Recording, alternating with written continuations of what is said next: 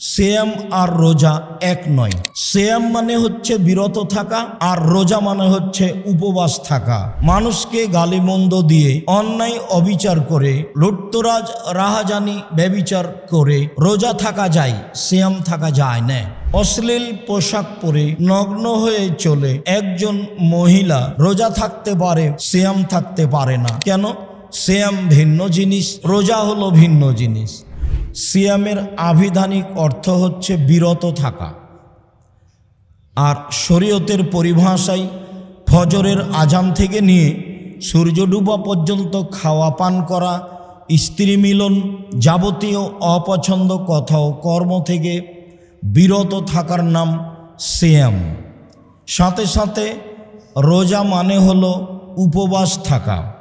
আমরা বিভিন্ন দিনে বলেছি যে সিয়াম শব্দটি কোরআনেও আছে, হাদিসেও আছে।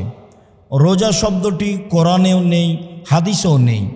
সালাত শব্দটি কোরআনেও আছে, হাদিসেও আছে। নামাজ শব্দটি কোরআনেও নেই, হাদিসেও নেই।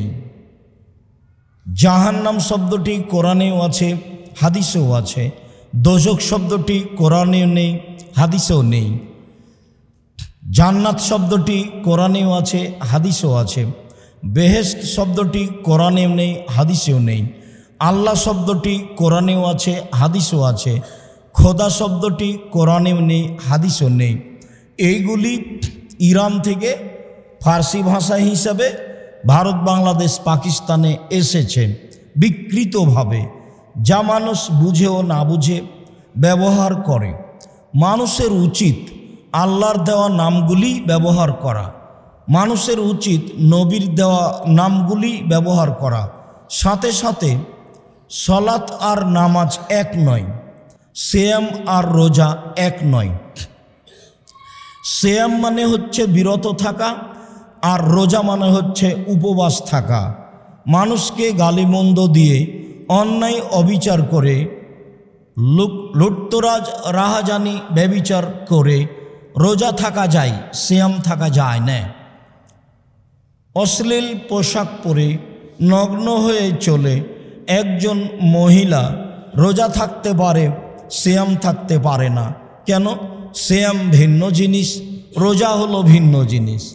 সিয়ামের আবিধানিক অর্থ হলো বিরত থাকা।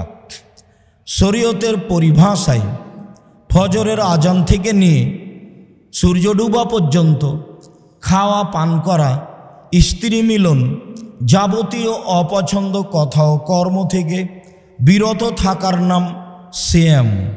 আর রোজা হচ্ছে উপবাস থাকা, অন্য জাতীয় উপবাস থাকে।